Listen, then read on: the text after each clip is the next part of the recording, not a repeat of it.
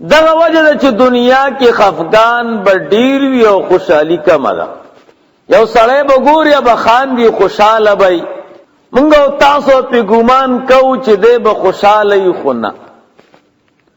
خوشحالي خندا ته نه وي، ښایسته جامو ته نه وي، ښایسته ګاډي ته نه وي، ښایسته کور ته نه وي، ښایسته جیداد ته نه وي.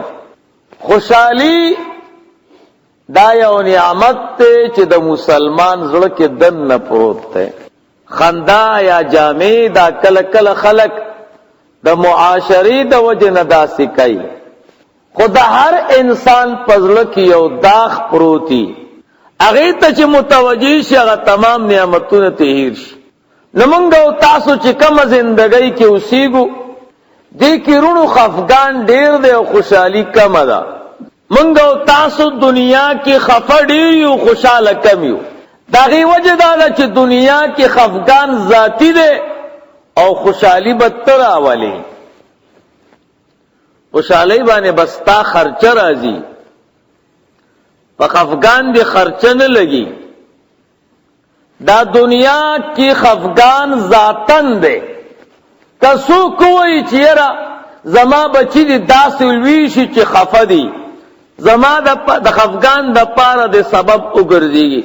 نورونو د دې مدرسه نشته، دی باندې فیس ناراضي، بس خپل بچی عمدا سے پرې دی، لوپران بیکار خلق به تی جوړ شي، یو روپۍ به دی ونه لګيږي او دا بچی بستا د خفګان سبب شي. خفګان ذاتی دی. که تاسو وایي چې دا پیسې مې وګټلې او دا یې د خفګان سبب شي، نو دا صندوق نه غواړي، دا بټوه نه غواړي، دا هیڅ نه غواړي، اسې کېده په یو تاخ کې. څوک به درنه پټي کړي نو خفه بشي، څوک به درته اوښلئ نو خفه بشي، څوک به درته اوسوځئ نو خفه بشي، څوک به درته په کرښې راکاږي خفه بشي. ستا به په یو روپۍ خرچه رانه شي او دغه پیسې چې د خوشحالۍ سبب او د خفګان سبب ته بلاړ شي.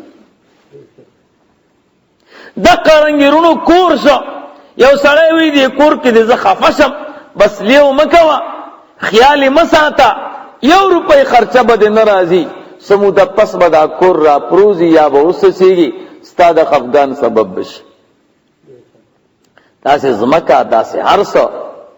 دنیا کې خفګان ذاتی دی او خوشحالی دا به ته پیدا کې، پاغي به خرچه کې، هغې ته به ټیم ورکې، هغې ته به فکر کې. رونو دنیا کې به مسلمان خامخا خفای، خفګان به مسلمان دنیا کې خامخا کوي. نو تاسو ورته ټینشن وایو، مسلمان به دنیا کې خامخا ټینشن کوي، غم کې به پروتي، فکر کې به پروتي. ولی د غم او د فکر اسباب دنیا کې ډیر دي. نو غم بکو. یو عالم نه چاته پوسو کوي دا الله پاک ولی پیژنې ویاو وی څوک دی؟ وی دا الله ولی هغه چاته وی چې والحزن رفیقه، غم داغه ملګری. څومره اولیاء اکابر انبیاء صحابه چې تیر شوي دي نو هغوی ته دا لوړ مقامات په خفګان ملو دي. ګوره څومره چا ډیر مصائب تیر کړي دي او څوک ډیر خفه شوي دي، هغوی ته خدای پاک دا لوی لوی مرتبه ورکړي دي. نو خفګان به موږ او تاسو خامخا دنیا کې کوو، بغیر د خفګان نه گزاره نه کېږي. خو خفګان دو قسمه دی. د خفګان متعلق دو سیزونه دي، یو ته د دنیا امور وای، یو ته د آخرت امور وای. څوک رونو د دې وجې نه خفه دی، نوکري ملو نشوه، بچی مې نیکان نشو، جیداد ملو نشو، ګټه ملو نشوه، صحت میں خراب ہے. نو خفگان با انسان خامخا کوي، ولی د خفگان اسباب ډیر دي، خود دنیا سره تعلق دی. دویم نمبر خفگان هغه دی چې د هغې د اخرت سره تعلق دی. منګ او تاسو ته شریعت وای وی د دنیا په مصائبو مخفه کېږه، د اخرت په مصائبو باندې خفه شه او خپل ټول خفګانونه راجمع کا او اخرت ته متوجه کا. د اخرت فکر کوا، که دماغ راړې نو د اخرت په امورو، که جاړې د اخرت په امورو، که تکلیف ځان ته ورکې د اخرت په امورو، که مشکلات ورته د اخرت په امورو. د دنیا بس جیل وی او د دنیا بس خفګان وی. د دې وجه نرونو که تاسو د مخکینیو اکابرو د علماء واقعات ولید، هغوی ټول زندگی د اخرت د غم د پاره تیر کړي و. په بغداد کې د یو زنانه خاوند وفات شو. نو چې خاوند دی وفات شو، هغه چون کې نیک زنانه و، نو د بغداد چې څومره کلک او لوی علماء هر یوی کدا بی بی وعده کوي نو چې زما بی بی شي، ځکه چې دا نیکه بی بی و او د لوی خلکو فکر د دیندارۍ سره یې ګوره، د ښایست سره، د رنگ سره، د مال سره، د نسب سره نه. د هغې علاقې ټول علما راله او هغه زنانه ته ور وډباو، ورته وایي زنانه که یقینا واده کول غواړي، نو د عراق لوی علما او بزرگان او اولیاء را جمع دي، من کې د یو کس انتخاب وکا اب استا خاون شي. هغې ورته وی زه خو واده کوم خو د عالم سره، تاسو خپل منځونو کې را جمع شئ چې د عراق په علاقه او وطن کې ستاسو نه لوی عالم بل څوک نه، هغه ما ترا مخامخ کوي نو هغه سره واده کوم. هغه ټیک ده، خپل منځونو کې را جمع شو. یاره وایي من کې لوی عالم حسن بصری رحمه الله دی او یقینا دا لوی عالم د حضرت علی رضی الله تعالی عنہ خصوصی شاگرد دی. نو حسن بصری رحمه الله ته دی علماء وی تمن کې لوی عالم او بزرګ، نو ته دې زنانه سره نکاح وکا، نو د دې دین خدمت به آسان شي. نو حسن بصری رحمه الله راغه او دروازه ورته وډبولا، ازنانه ورته وی سوکه وتا علماء طویلو چې د یو لوی عالم انتخاب وکړي نو زه هغه سره نکاح کوم.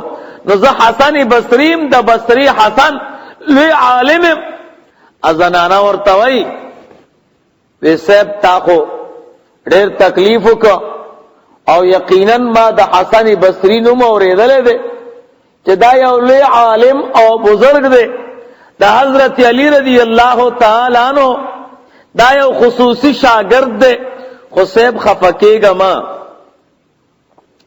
دا علم داسې یو څیز دی چې دا په سترګو نه ښکاري. زمونږ او ستاسو د زمانې اکثر نظام هغه علماو خراب کړی دی چې ظاهري جامع د علماو اغوستې د خو علما نه دي. هر عالم کې رونو څلور صفته ضروری دي، دا درته زه کوم چې څوک هم دوکه نه کړي. هر عالم کې څلور صفته ضروری دي. نمبر 1 چې صحت برابر وي، په صحت باندې برابر وي، که په غوږونو کوڼ وي اب څه علم وکړي، دا د خدای دین دی او دروند دین دی. په سترګو چې ړوند وي نه به څه عالم وي. ما پسې وابي راغلی او په سترګو ړوند و، ما ته وی مناظره کوو په تقلید. ما چې الله دې پېکه تا خو ټوله زندګي په تقلید کې تېره کړه، موتیازو له چې دې څوک بوزي نو په تقلید دې بوزي، ځکه تا ته خو د موتیاو ځای معلوم نه دی که نه. نابل درته وایي دلته تش اودس مات کا، د لوی اودس ماتې ځای درته نه دی معلوم، هغه درته وایي دلته مات که، نو که هغه جومات کې هم کېنولې نو تا ته خو پته نه لګي. نو تا خو ټوله زندگی په تقلید کې تیره کړې ده، ته خو ښکاره ړوند دی، نو ته ما سره څه خبره وکړې. نورونو که پستر ګړون وي نو هغه نه چرته عالم جوړیږي چې دماغ کمزور او وړو کې اثر یا کې کار نه کیږي. زمونږ استاد مشران وای وی دې چرته انسان دو درې ځلو وای کړي هغه منډه کې نو بیا راشي، بیا ورته وای کړي نو هغه بیا راشي. دا ولی دغه انسان یو ځل دو ځل درې ځل کړي وی بیا راځي. مچ یو ځل لا چې زمونږ استاد په پوزه کینی زمونږ تاسو اوشړو نو بیا راشي، نه به اوشړو نو بیا راشي، نه به اوشړو نو بیا راشي. دا ولی زمونږ تاسو خوب ته نه پریدي. دا ولی د چرګم سر وړو کې دی او د مچم سر وړو اکه مازغه کم دی. هغه ته چې کڼي ال تلاش خبره ته یې شنو واپس راشي، بیا ورته کڼي نو وېوري نو روان شي او چې ورا پوریزي بیا ته یې رہی. دا قرانګي مچم دی. دا څنګه چې خلکو پورې خان دم غوري. دا زمونږ د شریعت مسله ده. ګوري صحت باندې به برابرۍ، دماغ زبردست، غوږونه زبردست، سترګې زبردست، جبه ډېره قیمتي، بدن زبردست. دا خو د خدای پاک درون دین دی. دې لپاره یو درون او کامل سړی پکار دی.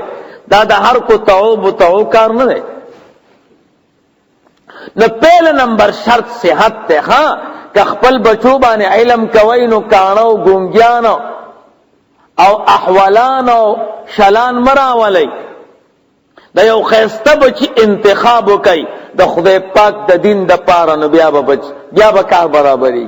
دویم نمبر شرط په عالم کې دا ده چې دا به کامل عقل او کامل فهم والای. عقل به ډیر زیات زبردست.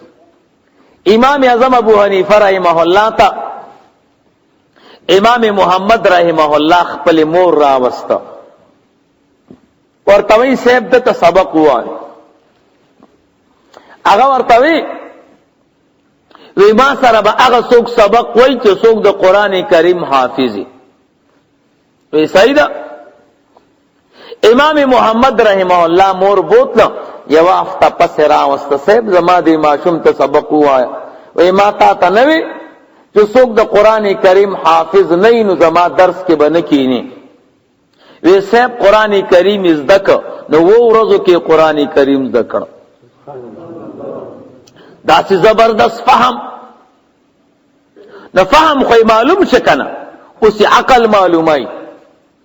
دا خو د یو مالدار شخصیت زو او مالدار سړی چرته سبق ویلې شي الا ماشاء الله. نو عقل معلومای. ورته بچیا ورشه لاړ شه بازار ندري لري راوړه خو تشه بنا خاشنو سره راوړه. وی خجی دلاړ یو لره یو لاس کې نیول او بل لاس کې او یو خلکی زما استاد ویلی دي. تاسو را مخامخ شوی بچی کې د سبق ویل شي.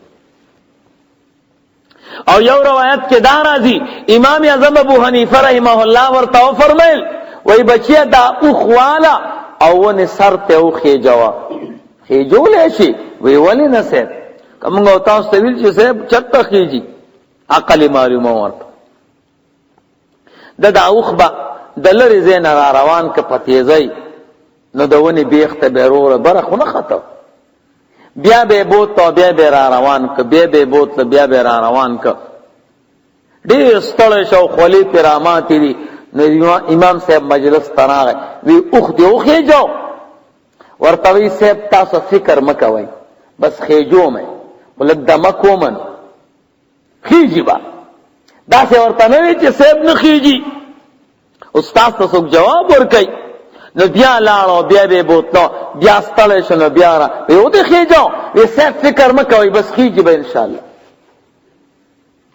ورته وی اوست سبق ویلې شي. عقل دم زبردست ہے، فهم دم زبردست ہے، ادب دم زبردست ہے. نو دیم نمبر دا دے چې کامل عقل والا بھئی او کامل فهم والا بھئی. دا دار چاکار نه دے. دریم نمبر شرط دا دے چې زړه کې به د دین او د اسلام درد وی ګوره. کده لو پری د ګيري خیال نه ساتیا کمای د ټوپې او د ویختو خیال نه ساتي د خپل ناس ته خیال نه ساتي، د خپل خبرو خیال نه ساتي او ځان ته سپک ګوري او سپک اعمال کوي، دی به د دین څخه خدمت وکړي. ګوره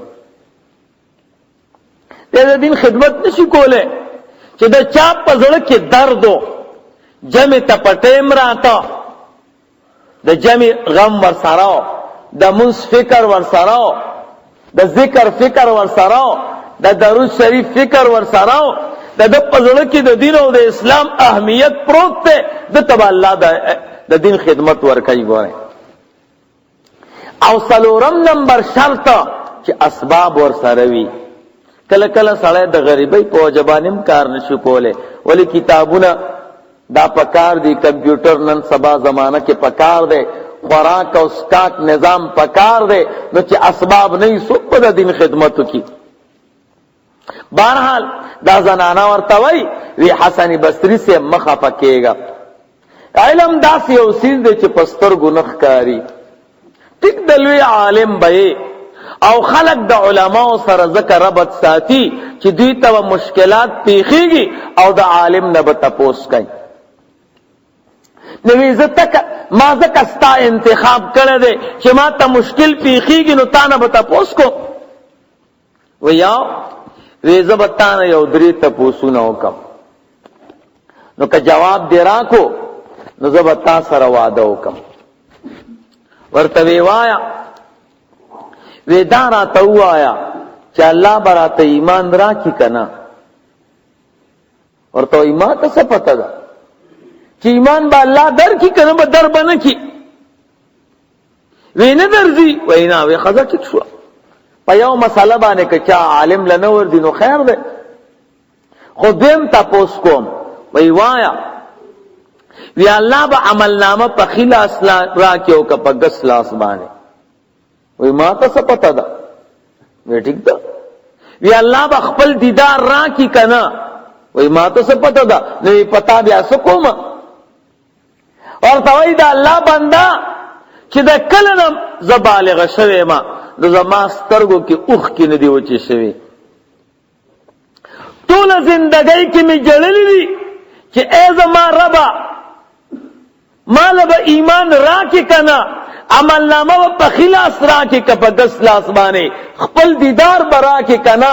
دا ټوله زندګي ما په دې کې تېره کړې ده چې دا نشي حل کولی، نو زه واده نه کوم.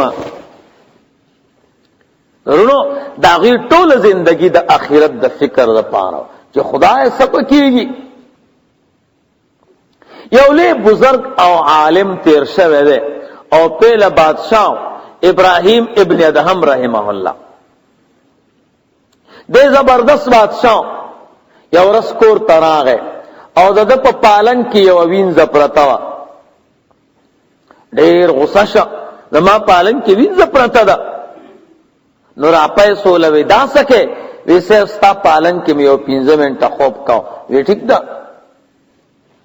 نو چوکۍ راوړی، 50 چوکۍ راوړی، 50 واړه چوکۍ په دې وینځه ماتې کړې.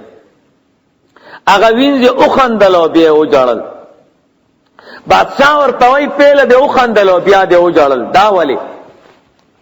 ورته وایي صاحب ومې خندل ځکه چې دا مې د ډېرې مودې راسې ارمان دو چې بادشاہ دی قیمتي پالنګ کې به خوب څنګه کوم.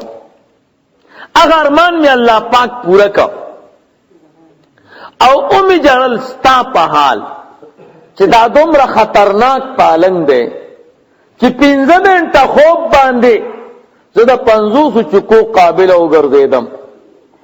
دی غریب خو اوس یې ما چوه، دی غریب خو ټول عمر په دې پالنګ کې پروت دی، دی به د څومره وهلو قابل ګرځېدلی. اخو لوی سړی و، یاره وینځه او خبره قیمتي وه، بدن کې انقلاب راغی، ټوله بادشاهي پرېږده. دی غریب به بیا په دې دریابونو په دې غاړه باندې ګرځېده، په غاړه به ګرځېده. یو مازدیګر کې الکان ناست یو ابراهیم ابن ادهم رحمه الله را روان دی او د سترګو نه اوښکې روانې دي. دا ځوانان ورته وایي بادشاه صاحب دا ستا څه حال ځان نه جوړ کړی دی، دا ته څه کې؟ موږ سره کښېنه ګپ ولګوه. هغه ورته د الله بندگانو زما د ټول زندګۍ د جړا نچوړ او بادشاہي پر خودل داغه سلور خبرې دي. یو خبره دا فکر را سره ده چې خدای کله د دنیا نظم زمونږ د استاد نبی فرمایلی دي زما امتی چې د دنیا نزي نو کمی ملائکی چې د کافر نه روح علی ام ولا راشي او کمی ملائکی چې د مسلمان نه روح علی ام ولا راشي. یو عزت روح علم بل عزت روح علم دوی په جګړه شي الله پاک تلاړ شي نو الله پاک فیصله کوي د الله بندگانو زه حیرانم خدای زما په حق لبد شي فیصله کوي ما ته خو پته نشته.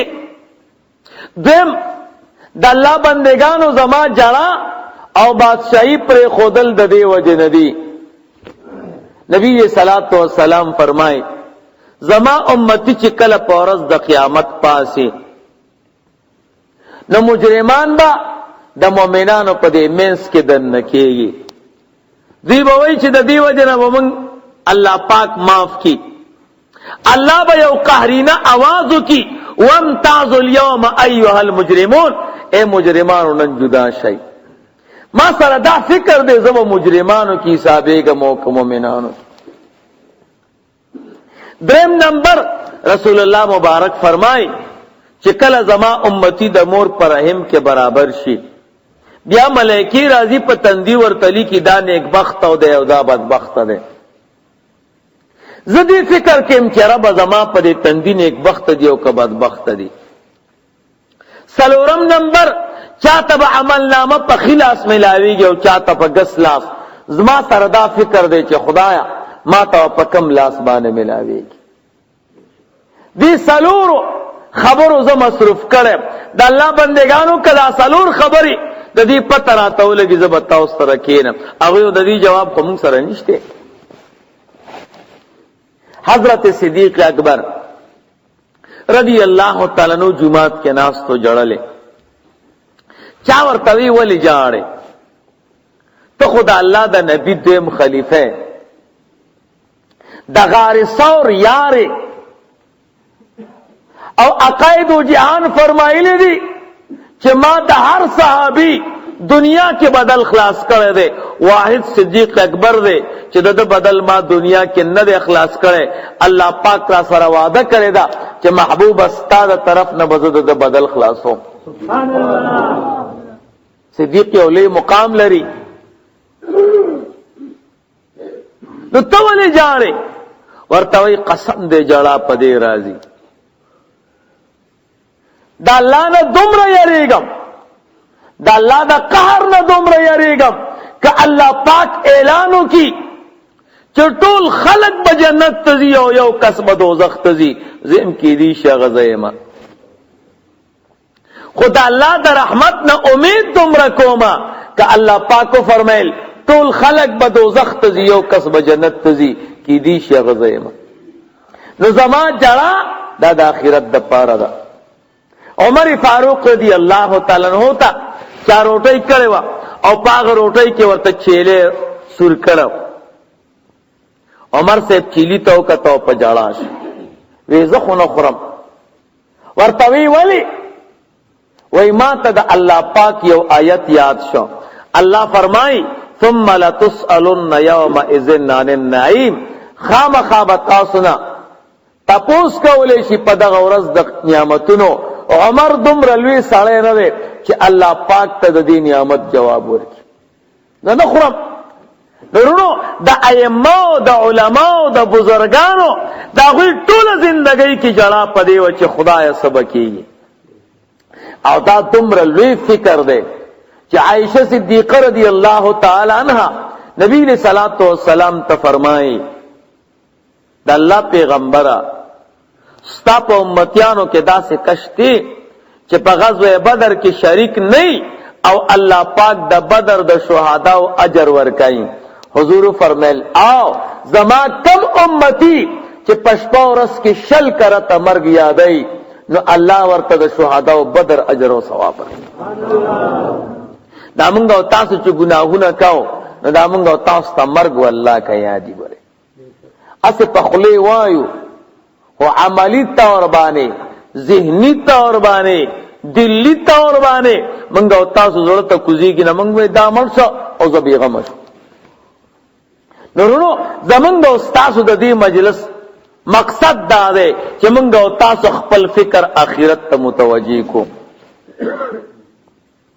نو د اخرت په افکارو کې یو فکر د ځان دی یو د هغه پلار دی چې دیری ته تللی دی ګوره د هغه رور دی چې دیری ته تللی دی د هغه قریب دی چې دیری ته تللی دی د هغه رشتہ دار دی چې دیری ته تللی دی د هغه کلیوال دی چې دیری ته تللی د هغه گاونډي دی چې دیری ته تللی رونو زمونږ استاد اسلام او دین وای چې ستارور گاونډي رشتہ دار مور او پلار دی ژوندۍ وي هم ورته دعا کوي خو چې کله وفات شنو بیا به هم نه یې فقها وای وی د زامنو په مور او پلار باندې دا مور او پلار په زامنو دا حق دی په زندګۍ کې چې د مور او پلار قدر او احترام وکړي خو چې کله وفات شي نو دې په حق دی چې مور او پلار ته دعا کوي او داغه اقارب او رشتہ دارانو دوستانو سره به تعلق ساتي زمونږ استاد د دین او د اسلام حکم دی دا مونږ او تاسو چې راجمه یو دي سلوخته کې دا د اسلام او د دین مسله ده ګوره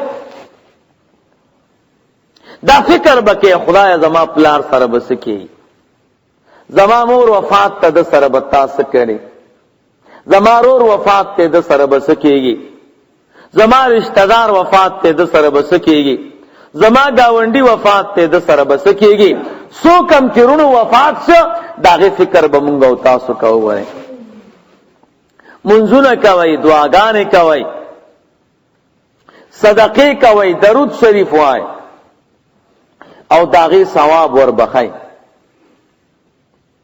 نو که الله ورته معافي نه کړي نو تاسو په دې ثوابونه ورته معافي وکي او که معافي ورته کړي وینو درجات به اوچت کیرونو رسول الله مبارک فرمایي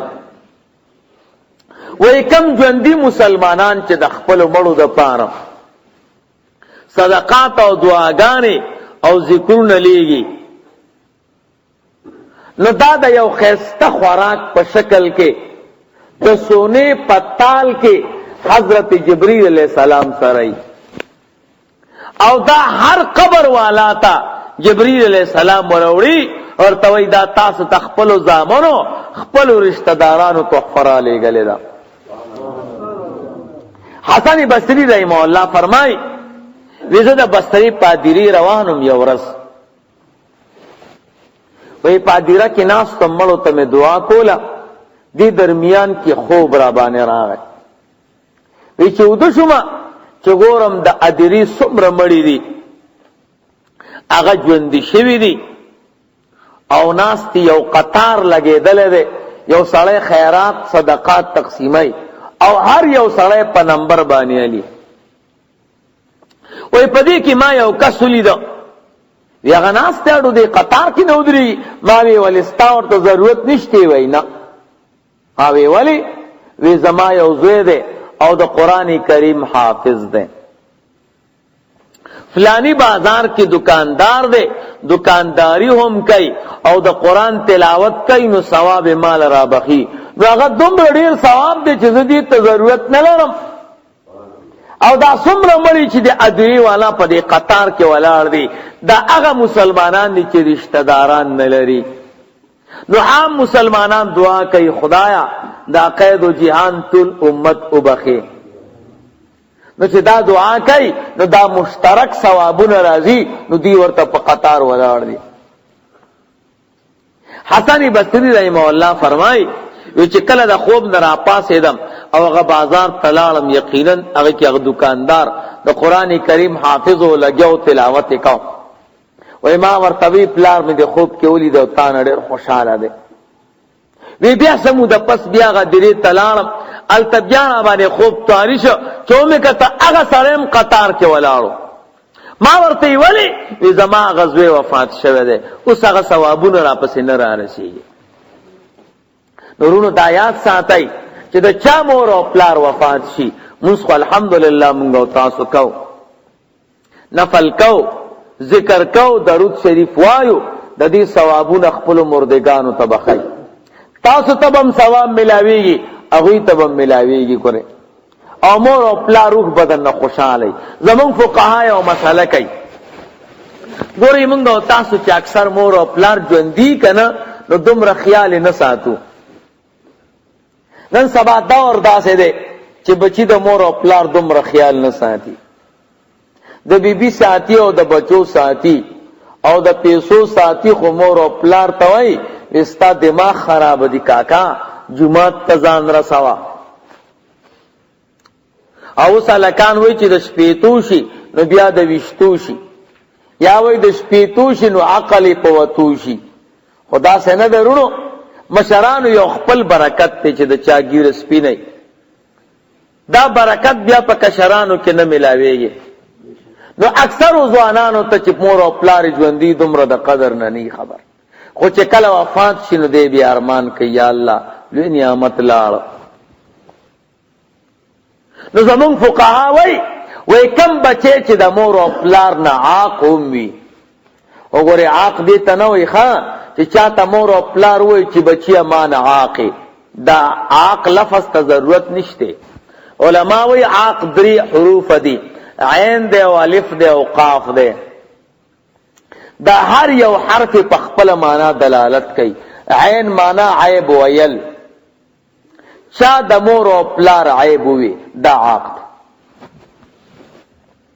یره پلار د څنګه ده پلار می خساله نه ده کنځلې کوي سیګریټس کی نسوار چي او د طبيعت نه تاریخ ده بس دا بچے د مور او پلار نه عاقش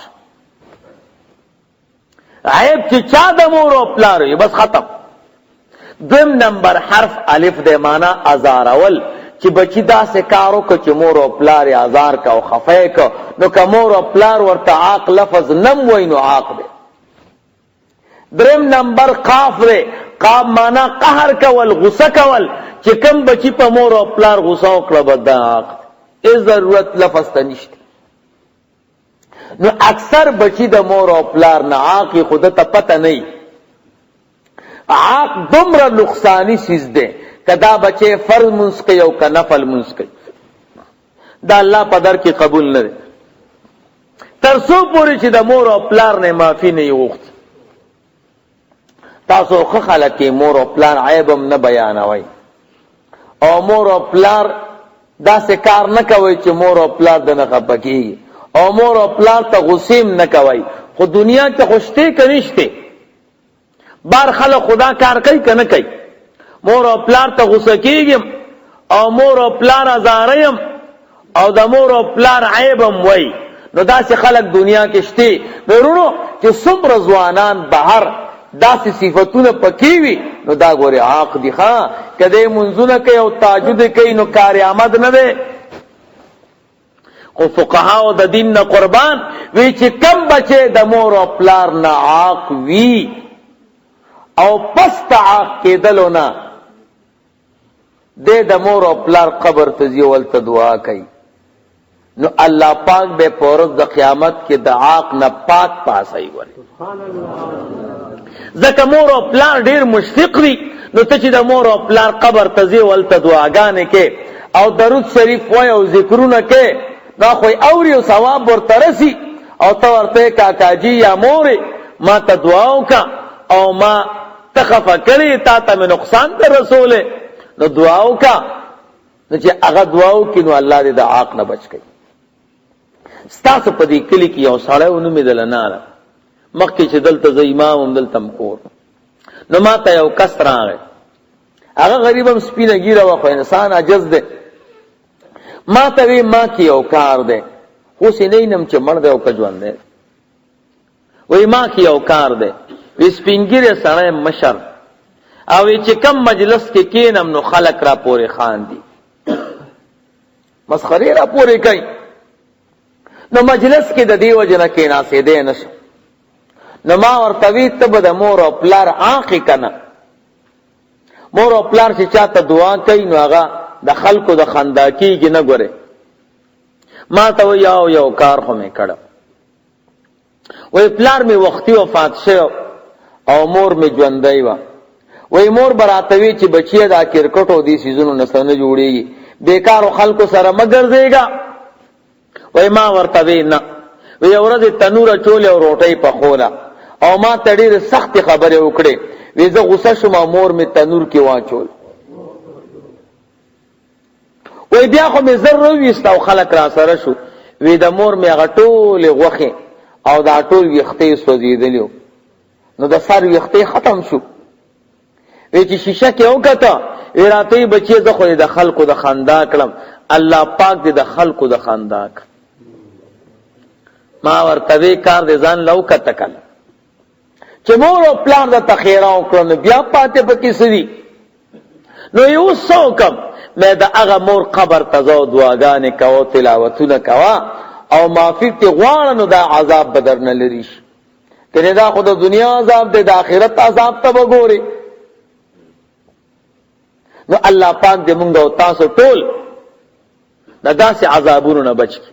حسن بصري رحمه الله ځکه وایي وی زه یوه ورځ ادیرې ته لاړم د بصرې او تلاوت او منځونه مې وکړه او خوب را باندې غالب شو. اوده شومه، په خوب کې ګورم بعض علما وایي حسن بصري صاحب دا په ویښه په کشف لیدلی وی د یو قبر نه اواز راخیږي د سپي. وی ما وی دا څوک دی؟ وی تپوس مې وکړه د دې قبر خاوند څوک دی؟ وی یو کور راته چا وښوده چې دا د فلانۍ زنانه زوی دی. وی ما ورته وی ترور ستا د دې زوی د قبر نه د سپي اواز راخیږي، کله د خر اواز راخیږي. دا څه وجه ده؟ وی ورځ ما دې بچی ته وی چې بچی بیکارو خلکو سره مه ګرځېږه، خپل تک ته او خپل زندګۍ ته فکر وکړه. راته وی دا څه د سپو غوندې غپېږي او د خرو غوندې اوازونه کې؟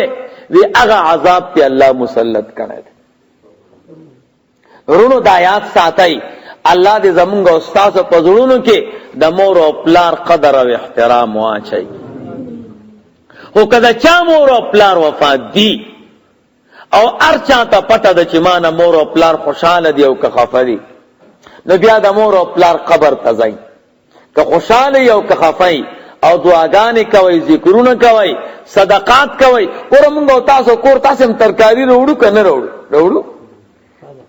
نو چې ترکاری کور ته راوړي نو داسې یا الله د دې ترکارۍ ثواب ما مور او پلار ته بخلی دی. اخره خپله په خپلو بچو اخره، غوړي راوړي، اوړه راوړي، خشاک راوړي، خپل کور ته خو مونږ او تاسو هسې هم دا څیزونه راوړو، خو په دې چې دې کې صحیح نیتو کې د صدقې نو په دې ثواب مرتب دی. هغه ثواب مور او پلار ته بخا، تا ته به هم ثواب ملاویږي او ستا مور او پلار ته به هم ملاویږي. اسانه کار دی، مه پخوه دیګونه او میخې ما لاله وکنه، اسانه خبره ده. مونځ خو مونږ او تاسو الحمدلله اسم کو، ماشومانو ته جامې کو، خپلو بیبیانو ته جامې کو، د کور نظام چلو، دې ټولو باندې صدقه مرتبه ده. ګورې او د ثواب خبرې دي پکې. کور خو مونږ او تاسو اسم جوړو، خدا نیت پکې وکړه چې خدایا دا کوټه زکه جوړوم چې په دې کې به مونځ کوم، خدای دې باندې د کم ثواب مرتب کړي زما مور او پلار ته وبخ. اسانه خبره ده. ګړی خو مونږ او تاسو هم ځان لالو، خدای دا د مونځ د پاره عالم او دې باندې چې کم ثواب راکې نو دا زما مور او پلار ته وبخه.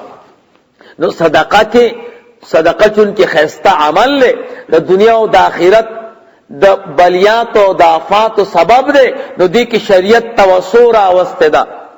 نو حضور وای که پیسې د سره بالکل نه نو ان من الصدقه ان تلقى اخاك بوجه طلق، دام صدقه د چې یو ورور مسلمان سره په پراخ تندې ملو شي، په خیر لرور په خندا شورتا او بیا وای چې ای زما ربا زدی استاد بنده سره په پاک تندې باندې ملو شم یا ملاویګم، خدای استاد رضا لپاره دی باندې مال چې کم ثواب راکې دا زما مور او پلار ته ورسه. نو زمون شریعت څومره خیسته شریعت ته او هر طرف نه ثوابونه دي او الله پاک چې دی مونږ او تاسو ته د هر طرف نه نعمتونه مقرر کړی دي. نو الله پاک دې دا متوفا وبخي. الله دې زمونږ او تاسو فکرونه، زمونږ او تاسو دماغ، دا دین طرف ته متوجی کی. الله دې د قبر د جنت د باغچونه باغچه وګرځي. الله دې د دې مجلس ته خاطره دا ټول علاقه په دین او په اسلام باندې خوشاله کی. واخر دعوانا الحمدلله رب العالمین.